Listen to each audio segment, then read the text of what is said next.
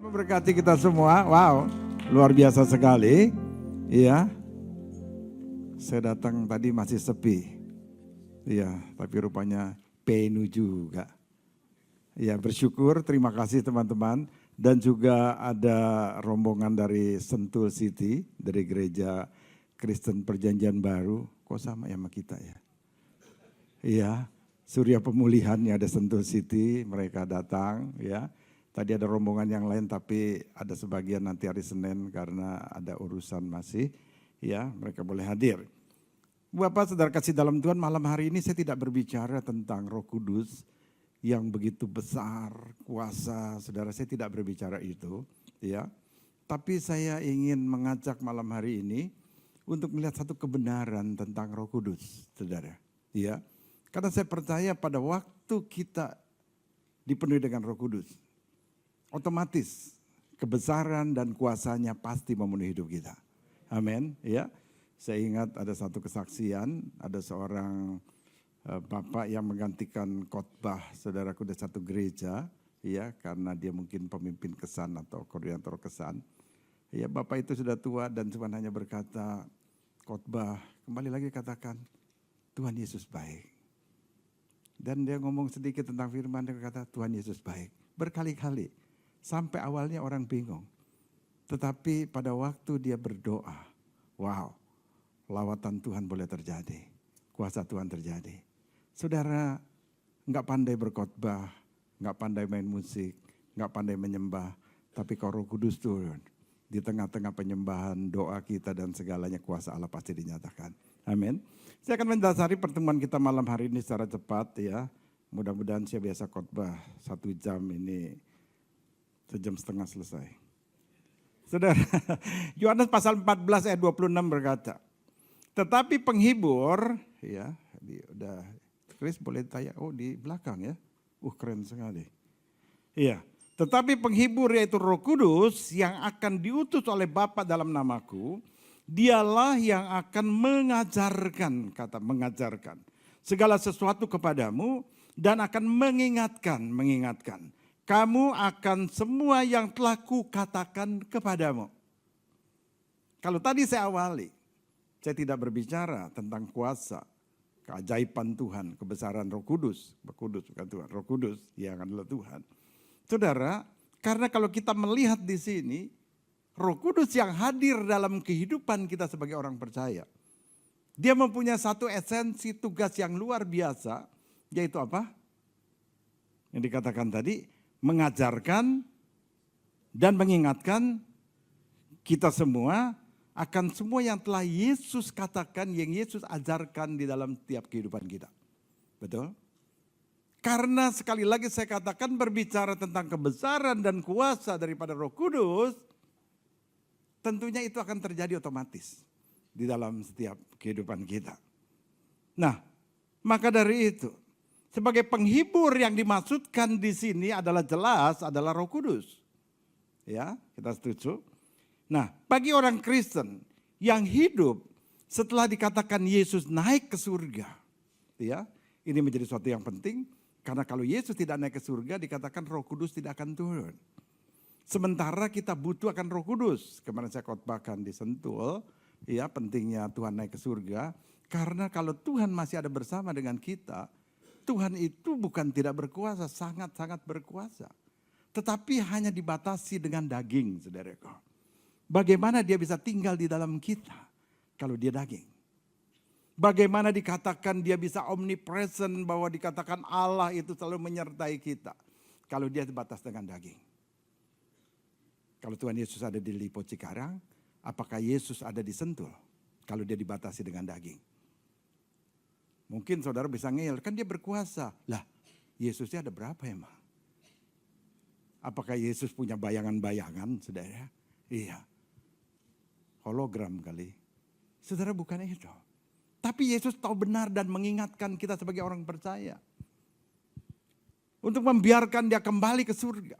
Supaya dikatakan Roh Kudus, roh yang tidak berwujud itu. Tapi adalah satu pribadi Allah. Yang dikatakan yang menyertai kita. Roh dikatakan yang ada di mana saja karena dia omnipresent. Bahkan roh itu juga ada dalam kehidupan kita. Setuju? Ya. Nah ini tentunya harus menjadi saudaraku pengertian kita semua. Ada satu hal yang penting yang harus dipahami oleh semua orang percaya tentang Roh Kudus. Peran Roh Kudus dalam hidup kita sebagai orang percaya kepada Kristus. Ya. Dikatakan tadi dalam Yohanes 14 ayat 26, dialah yang akan mengajarkan segala sesuatu kepadamu dan akan mengingatkan kamu akan semuanya yang telah kukatakan kepadamu. Jadi apa yang menjadi ajaran Yesus yang tadi orang hanya ikut-ikutan. Iya, karena banyak saudaraku pengikut Kristus yang hanya ikut-ikutan. Karena dikatakan ada roti, ada mukjizat yang mereka lihat. Sehingga apa yang Yesus katakan mereka lupa. Sama seperti hari-hari ini. Setiap minggu kita dengar firman Tuhan bukan? Setiap hari kita ikut doa pagi. Tetapi berapa persen firman Tuhan yang kita ingat? Setelah khotbah kita pulangin salaman pendeta. Saudaraku pendetanya, saya khotbah nih. Saudara salaman sama saya. Saudara-saudara pulangin loh. Firmannya itu. Paling saudaraku 40% hilang. Tinggal 60. Ketemu di lift lagi, ketemu Pak Hadi ketua kesannya. Pulang lagi 20. Saudara saya ingin katakan total jenderal. Saudara, ini bahasa Betawi saudara. Dikatakan kalau kita pulang paling yang kita ingat 20%. Iya. Mungkin bisa tambah 5% kalau pendetanya lucu. Iya kan? Pendetanya lucu tadi khotbah. Khotbahnya apa ya? Apa ya? Lucu deh. Dia cuma bilang begini saudara. Yang ada kan kayak begitu. Iya. Kau kira dikesan suruh sharing. Kalau nggak nyatet, saudara paling nunduk doang. Iya. Karena nggak nyatet. Udah lupa saudara. Yang di-sharingin apa. Nah Tuhan katakan kita perlu Roh Kudus. Supaya dia mengingatkan kita. Dia mengajarkan kita. Apa yang Tuhan Yesus sudah katakan tentunya satu kebenaran dalam kehidupan kita. Apa yang kita harus lakukan dalam hidup kita. Supaya dikatakan kita hidup benar. Yesus sudah membaptis kita. Kita sudah disucikan dan dikuduskan oleh darahnya. Dan kita percaya hari ini kalau Roh Kudus memenuhi kehidupan kita. Sesungguhnya Tuhan mau kita hidup dalam kekudusan dan kebenaran. Dan Roh Kudus, saudara, turun dalam kehidupan kita. Yang dikatakan dia kudus. Supaya tentunya kita ini adalah kudus. Supaya kita hidup di dalam kebenaran. Pada waktu kita dalam kudus, saudaraku, saya percaya, sangat percaya. Ada manifestasi, saudaraku, dari kekudusan itu yang akan membuat kita itu melakukan yang namanya kuasa. Dan juga, saudaraku, perkara-perkara besar yang Tuhan Yesus sudah lakukan dalam kehidupan kita. Saya percaya itu saudaraku. Saya percaya ini saudaraku yang tentunya yang harus kita lakukan dalam kehidupan kita. Jadi jelas sekali bahwa kehadiran Roh Kudus dalam setiap kehidupan orang percaya bukanlah untuk menyatakan kebesaran dan kuasanya. Ingat ya, saya katakan bukan Roh Kudus tidak besar kuasanya, ya, bukan. Tetapi saudaraku kalau kita dipenuhi Roh Kudus, bukan saudaraku apa yang sering kita inginkan adalah supaya kuasa Roh Kudus itu ada dalam kehidupan kita. Supaya kebesaran kuasa itu nyata dalam kehidupan kita. Kita berbahasa roh. Orang lain saudaraku rebah dalam roh. Kalau kita makan jengkol mungkin juga saudaraku. Enggak gitu kali saudara. Iya. Tapi pada waktu dikatakan kita dipenuhi dengan Roh Kudus. Ada satu manifestasi kekudusan itu dalam hidup kita. Sehingga itu yang berlaku dalam kehidupan kita. Untuk kita menunjukkan saudaraku kepada dunia. Bahwa kuasa Allah ada dalam kehidupan kita. Otoritas Allah ada dalam kehidupan kita. Karena apa? Kita kudus. Kita benar dalam kehidupan kita. Saya saudaraku, ya mudah-mudahan saudara jangan bingung ya. Bingung gak? Kalau bingung saudaraku gampangnya gini deh. Ojo bingung ya. Iya. Coba kita pakai akal budi kita sedikit. Kalau Roh Kudus tinggal di dalam kita, maka kita harus kudus dong. Betul gak? Iya. Kalau kita hidup masih urakan, semuanya sendiri, jangan-jangan bukan Roh Kudus dalam hidup kita. Iya. Jangan-jangan Roh Kudus. Bukan Roh Kudus. Atau roh kuda katanya saudara. Karena kita masih urakan. Sebenarnya kita bilang, oh Roh Kudus. Kalau lagi menyembah saudara, oh saudara luar biasa sekali indahnya bahasa rohnya. Tetapi saudaraku, kelakuan kita, perkataan kita, perbuatan kita enggak sesuai saudara. Kita masih misuh. Maki-maki orang saudara. Iya, ini dekat Wong Semarang transferannya luar biasa sekali. Saudara, kita masih saudaraku maki-maki orang. Kita masih berkata yang enggak benar. Kita masih melakukan yang enggak benar saudaraku.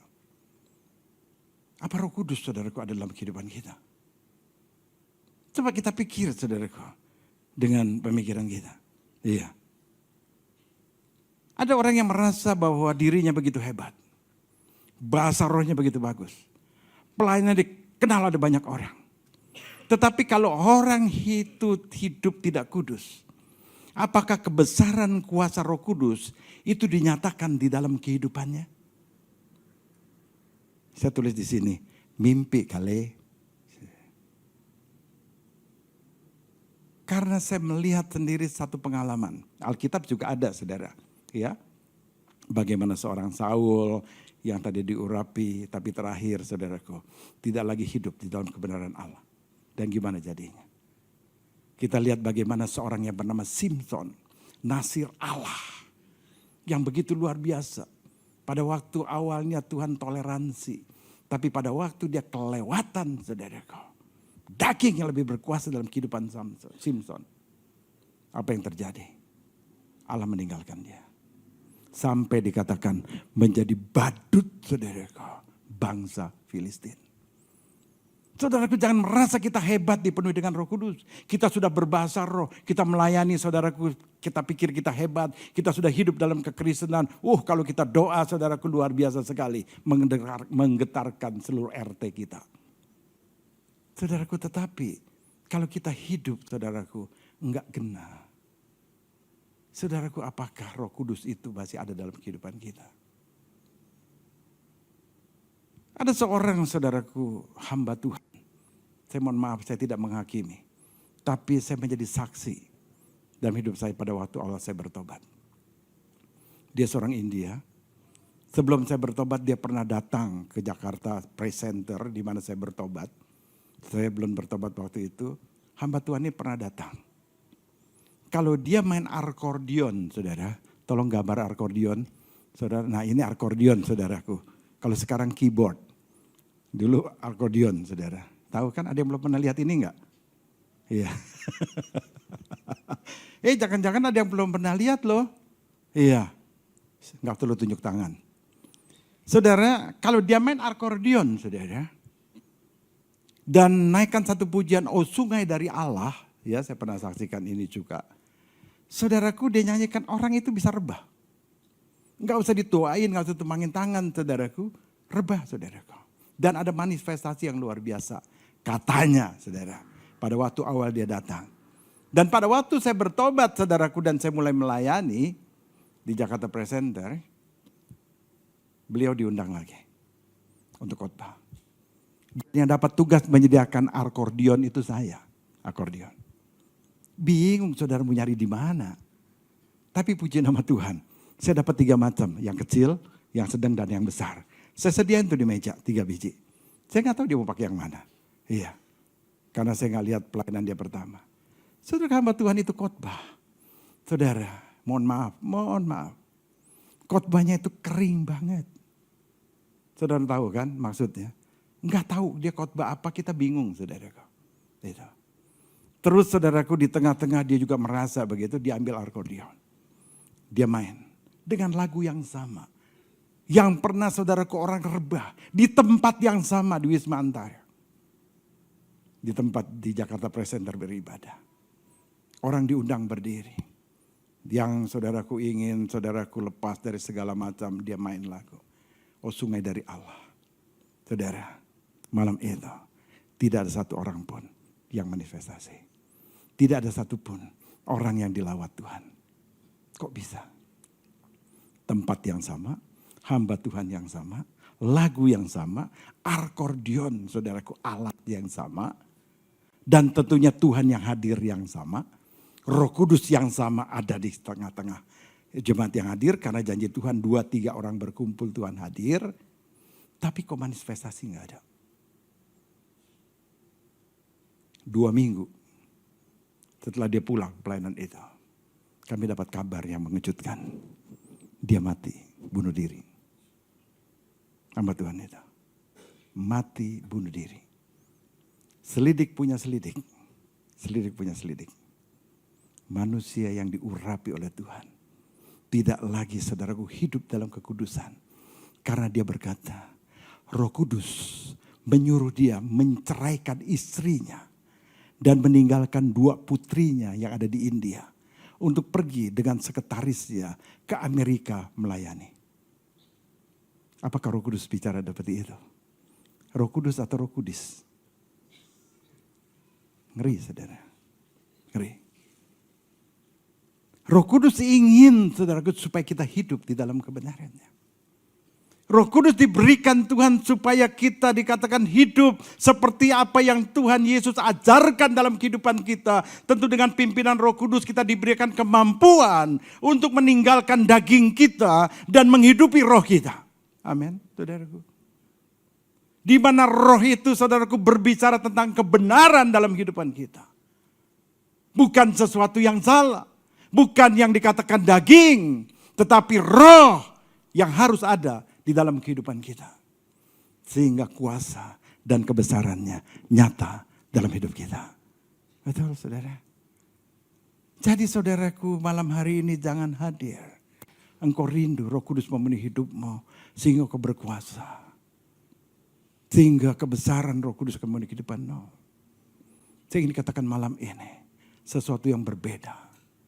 Kita datang malam hari ini. Kita katakan kita butuh Roh Kudus memenuhi kita. Supaya dia memimpin kita.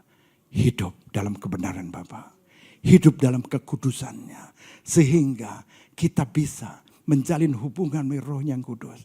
Sehingga apapun kehidupan kita. Di tengah keluarga kita. Di tengah pekerjaan kita. Apapun yang kita lakukan. Baik pelayanan kita saudaraku. Tuhan urapi. Dengan segala kuasa yang ada. Teman-teman pelayanan malam hari ini Tuhan ingatkan saya.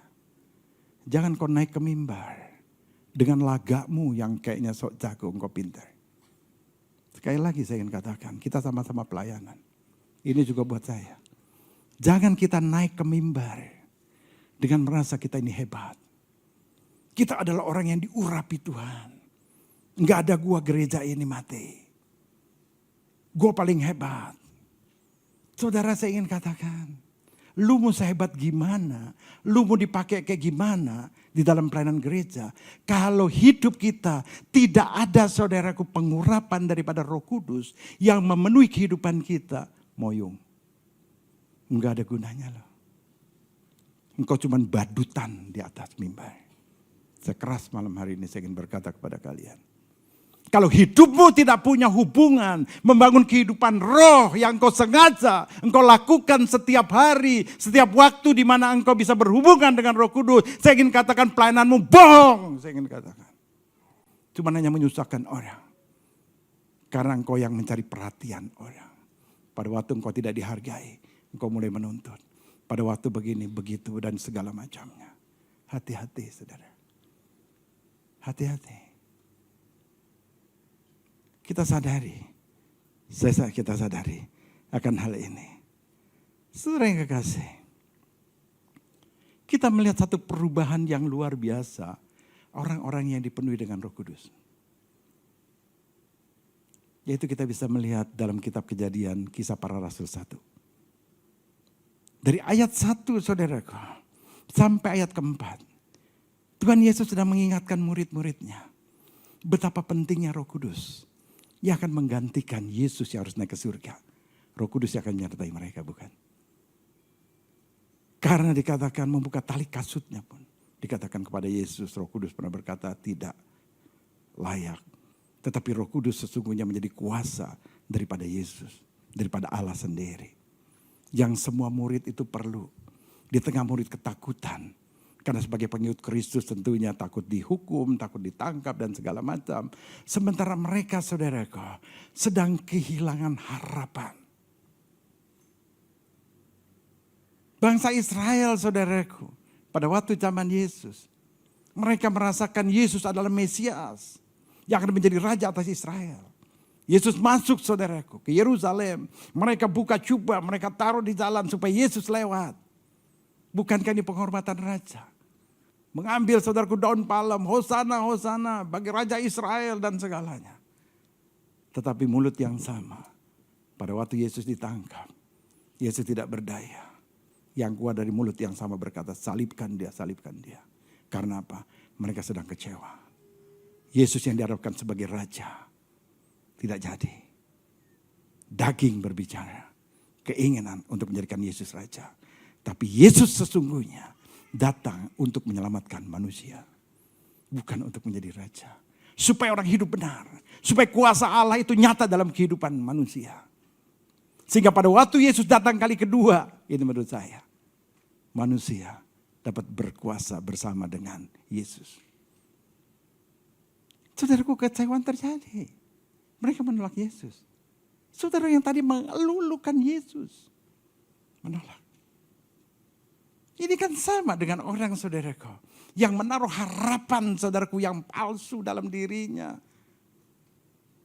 Tidak kesampaian. Akhirnya, saudaraku, penuh penolakan dan pemberontakan dalam kehidupan yang ada.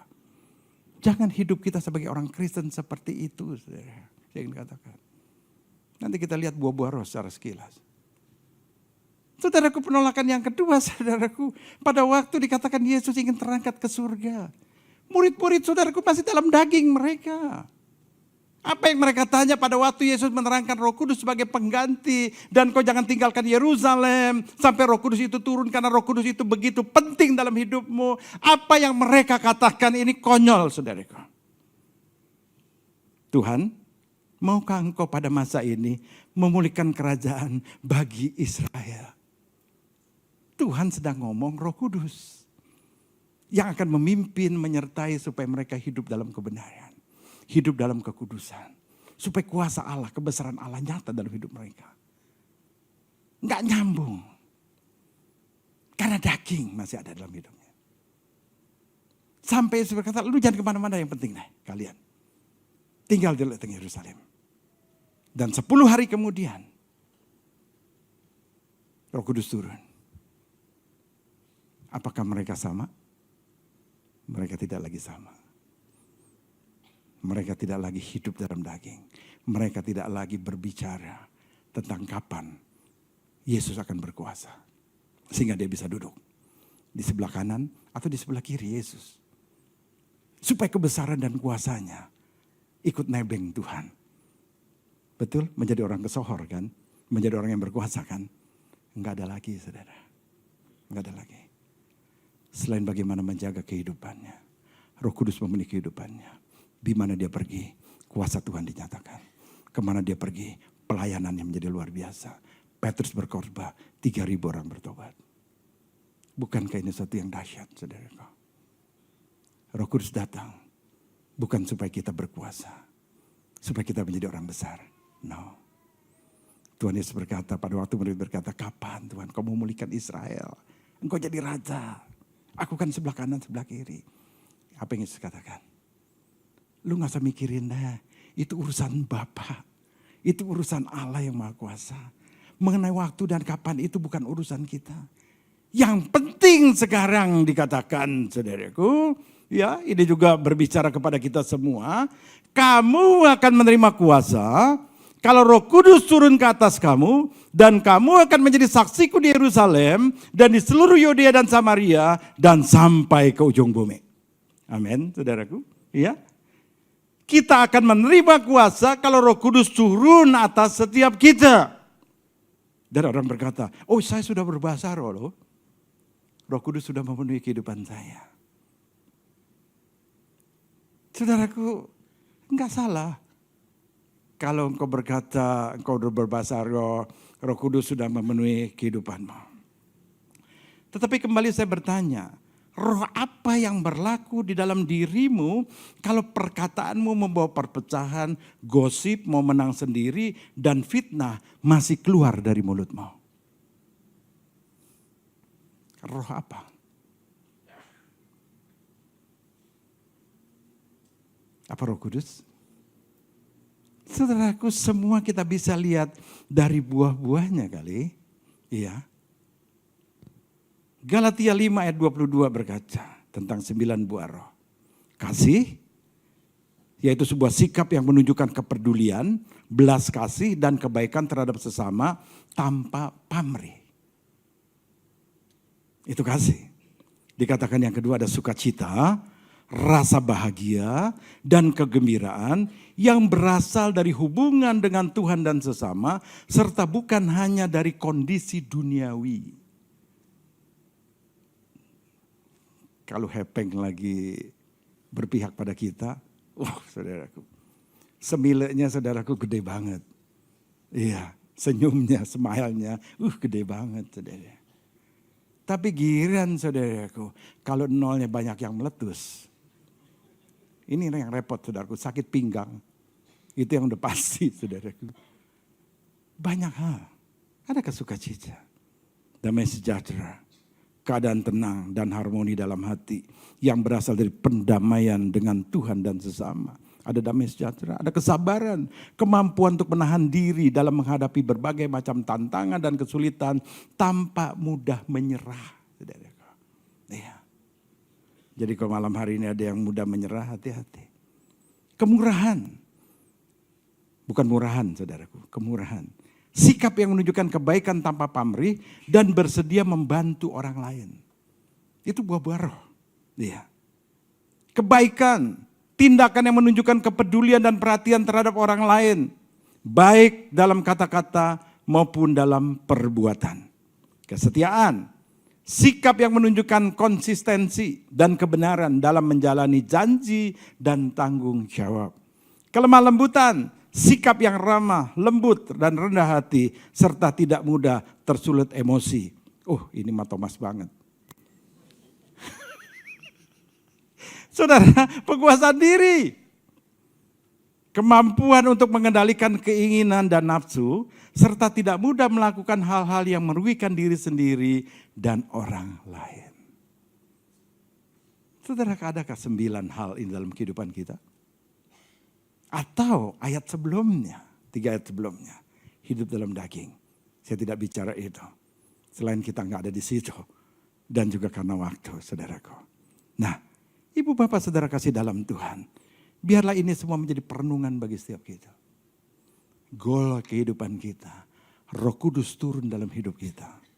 Adakah buah-buah itu dapat dilihat dan dinikmati oleh orang lain dalam hidup kita? Khususnya dalam rumah tanggamu. Adakah 9 buah roh itu nyata dalam hidupmu? Sebelum kau dipenuhi dengan Roh Kudus. Sebelum kau menerima Yesus sebagai Tuhan dan Juru Selamat. Engkau berkata, ya sah-sah aja karena dalam daging. Tapi saya ingin katakan, kalau engkau hari ini sudah dipenuhi dengan Roh Kudus. Atau rindu dipenuhi Roh Kudus. Biar buah-buah ini nyata dalam hidup kita. 9 buah ini. Saya akan penutup.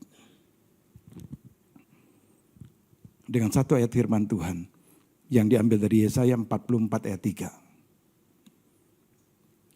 Sebab aku akan mencurahkan air ke atas tanah yang haus. Dan hujan lebat ke atas tempat yang kering. Aku akan mencurahkan rohku ke atas keturunanmu. Dan berkatku ke anak cucumu. Wow. Saya percaya ini merupakan janji buat kita. Semua. Ya. Sebagai keturunan Israel rohani. Malam ini kita pegang janji ini. Tentunya bagi kita yang sudah menerima Yesus, Tuhan Yesus sebagai Tuhan dan Raja dalam hidup kita. Maka Tuhan sendiri ya katakan yang pertama. Akan mencurahkan airnya ke atas tanah yang haus. Tentunya air berbicara saudaraku tentang kebenaran, tentang firman Tuhan. Saya mendapatkan saudaraku, kalau kita adalah manusia yang adalah tanah, kita haus akan kebenaran firman Tuhan yang adalah air hidup. Bapa akan mencurahkan roh kebenaran itu atas setiap kita malam ini. yang rindu dan haus akan roh kebenaran yang akan menuntun kita, mengajarkan kita, mengarahkan kita, sehingga ada hujan lebat. Apa hujan lebat? Hujan berbicara berkat. Sehingga pintu berkat dibukakan malam ini. Pegang janji ini. Kalau malam ini engkau hadir, kau rindu akan Roh Kudus, yang akan memulihkan kehidupanmu. Mungkin ada dosa, kesalahan, ada apapun yang kau tidak tahu. Malam ini biarlah jadi malam pemulihan. Kita minta Roh Kudus untuk memulihkan kehidupan kita. Saya tidak memberikan saudaraku pengurapan, puasa dan segala macam. No. Karena saya percaya Roh Kudus sendiri akan bekerja dalam kehidupan kita semua. Tetapi malam ini saya ingin mengajak. Yuk kita kembali. Menjadi tujuan Allah dalam kehidupan kita melalui Yesus Kristus Tuhan. Dia sudah kembali. Tapi dia minta Roh Kudus terus memimpin kita. Supaya kita hidup dalam kebenaran. Supaya hari ini kalau kita yang sedang haus saudaraku. Seperti tanah yang kering. Tanah, Adam. Bahasa aslinya Adam. Adam itu berupa tanah. Berarti tanah. Kita ini manusia, kita ini tanah. Dikatakan kalau hari ini tanah. Hei, kita manusia ini sedang mengalami kekeringan. Betul? Keluarga kita kering. Pekerjaan kita kering. Apalagi? Kantong kita kering. Saudaraku, berdamai dengan Tuhan malam ini. Karena dia katakan, dia akan mencurahkan hujan. Hujan berbicara berkat. Betul? Ya, kalau kita baca dalam kitab Matius, kalau hujan itu turun, maka merobohkan, dikatakan rumah yang tidak ada fondasinya. Hujan berbicara saudaraku berkat, hujan berkat. Berapa banyak orang yang diberkati Tuhan, tapi tidak punya dasar yang kuat. Berkat bukan menjadi kemuliaan bagi nama Tuhan, tapi menjadi kehancuran bagi orang itu. Hati-hati saudaraku. Hujan berkat tidak selalu saudaraku membawa kebahagiaan dalam kehidupan seseorang. Tapi kalau kita tahu Roh Kudus memimpin kehidupan kita. Tuhan memberkati kita. Dan kita tahu buah-buah roh yang berlaku dalam hidup kita. Hidup kita yang menjadi berkat. Betul? Dan ada yang kedua dikatakan Tuhan akan mencurahkan rohnya. Kita tahu bahwa Allah adalah roh. Dan dia kudus. Malam ini Allah mencurahkan Roh Kudusnya bagi kita yang dikatakan keturunan Israel, Israel rohani. Sehingga ada berkat-berkat sampai kepada anak cucu kita. Aduh, pada waktu saya siapkan ini, saya katakan Tuhan, sempurnakan saya. Supaya rohmu terus bekerja. Banyak hal yang masih saya salah. Ubah hidup saya. Supaya janjimu ini ada. Saya diberkati. Anak-anak saya diberkati. Bahkan anak-anak dari anak-anak saya diberkati. Berkat 3 generasi. Menjadi bagian kita semua, katakan amin. Berkat 3 generasi. Untung ada Tante Komala. Ada Tante Komala biasanya saya protes. Kalau 4 generasi sampai cucu. Saya udah punya cicit saya kan diberkati masa. Tunggu dulu Oma. Anak-anak dari Oma harus juga hidup benar. Supaya anak-anak dari anak-anak Oma, cucu Oma. Dan anaknya dari cucu kan cicit diberkati. Jadi bukan orang tua aja hidup benar. Kita klaim Tuhan. Papa saya kan pendeta. Saudara kalau kita hidup gak benar. Jangan berharap kita diberkati. Jangan berharap hujan itu turun. Jangan berharap janji 3 generasi itu ada dalam hidup kita. Amin. Ya. Nah, malam ini sebelum kita berdoa, saya minta tim musik boleh maju ke depan. Ya, kita siapkan lagu Roh Kudus kau hadir di sinilah yang gampang semua mungkin bisa. Sebelum kita berdoa, saya ingin mengajak agak pelan dikit ya. Membereskan terlebih dahulu hidup kita dengan percaya penuh bahwa Yesus adalah Tuhan. Karena dialah yang sudah menebus kita dari lumpur dosa. Kalau hari-hari ini kau datang dengan segala keinginanmu. Keluarga yang kering, usaha yang kering, kesehatan yang kering, kantong yang kering ya saya katakan tadi. Mungkin. Engkau dalam keadaan tidak taat, tidak setia, atau maaf kata. Kekudusanmu sudah berkurang. Dan kau tidak sadari itu. Karena jam doamu udah kurang. Engkau menuruti apa yang menjadi dagingmu hari ini lebih besar. Saudara, hati-hati. Ini semua saudara yang tahu. Ya, kalau engkau sudah dipenuhi Roh Kudus, minta Roh Kudus kembali mengingatkan kesalahanmu malam ini. minta ampun sungguh-sungguh atas dosa-dosamu malam ini. Saya percaya janji yang tadi kita baca di dalam kitab Yesaya 44 ayat 3 akan nyata dalam kehidupan kita. Amin. Yang kedua, kalau malam ini ada yang datang belum pernah menerima Yesus sebagai Tuhan dan Juru Selamat dalam hidupnya. Mungkin ada di antara kita yang kau belum pernah berdoa untuk mengundang Yesus masuk dalam hidupmu. Menjadi Tuhan dan Raja dalam kehidupanmu. Coba ingat-ingat, malam ini saya ingin mengajak saudara berdoa. Membuka hatimu untuk menerima Tuhan Yesus sebagai Tuhan dan Raja dalam hidupmu. Nanti orang-orangnya itu saudara jangan keraskan hati. Saya akan undang maju ke depan. Untuk kita minta, kita berdoa. Mengundang Yesus untuk masuk dalam kehidupan kita. Karena seperti yang dituliskan dalam Roma pasal 10 ayat 8 sampai dengan 10. Dikatakan, tetapi apa katanya? Ini. Firman itu dekat kepadamu, yakni di dalam mulutmu dan di dalam hatimu. Itulah firman iman yang kami beritakan. Ayat 9 perhatikan. Sebab jika kamu mengaku, kalau kamu belum mengaku, sebab jika kamu mengaku dengan mulutmu bahwa Yesus adalah Tuhan dan percaya dalam hatimu bahwa Allah telah membangkitkan dia dari antara orang mati, maka kamu akan diselamatkan.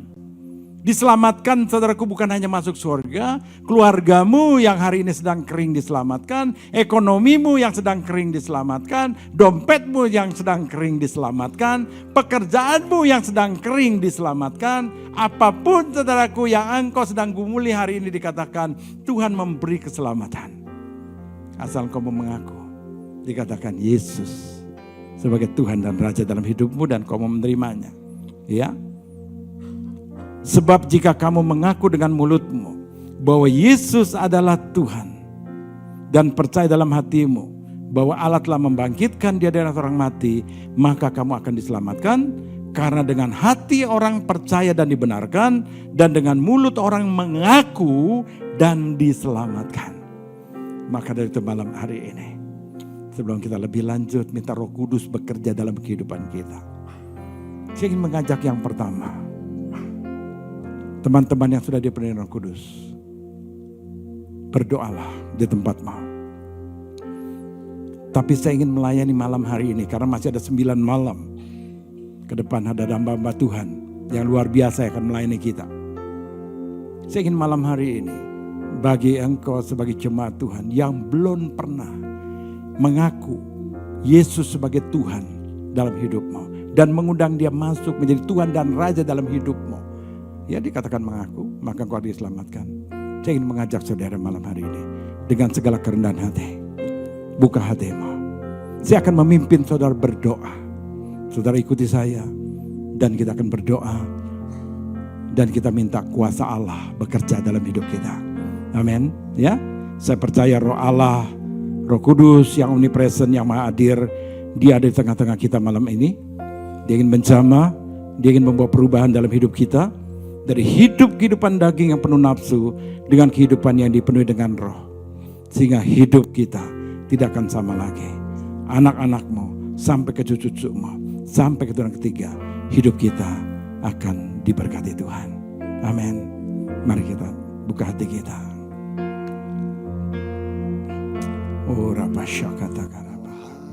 Semua masing-masing berdoa. Roh Kudus, ku mengasihimu.